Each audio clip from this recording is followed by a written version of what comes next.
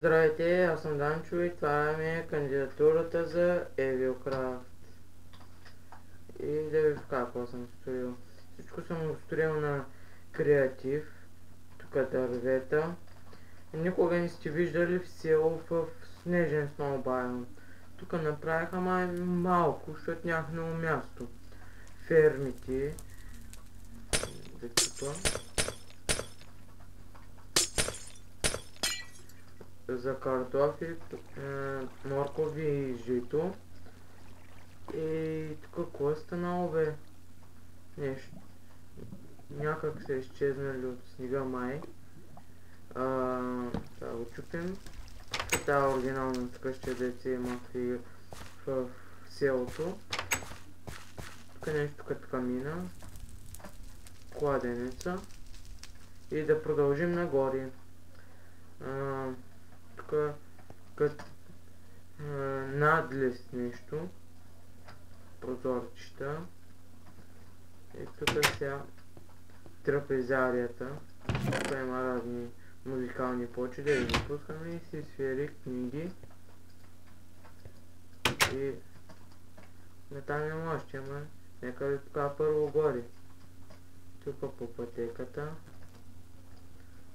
Та-дам! Кула. Гледаме всичко, тук пак дървета, това за декорация. Стови. Не знам дали са много хубави, ама мен ми харесва този стил на стълбите и тук така се получи. Ето всичко наблюдаваме.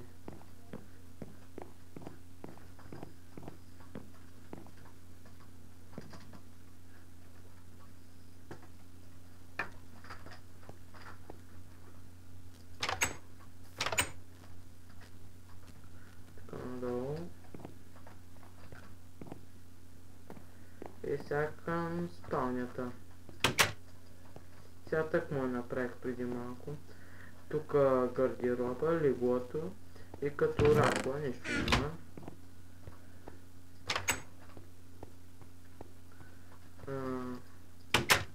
Честрума. Направим нищо няма, просто да има декорация. И тук картини. И тук място за чай. И тук да си гледаш.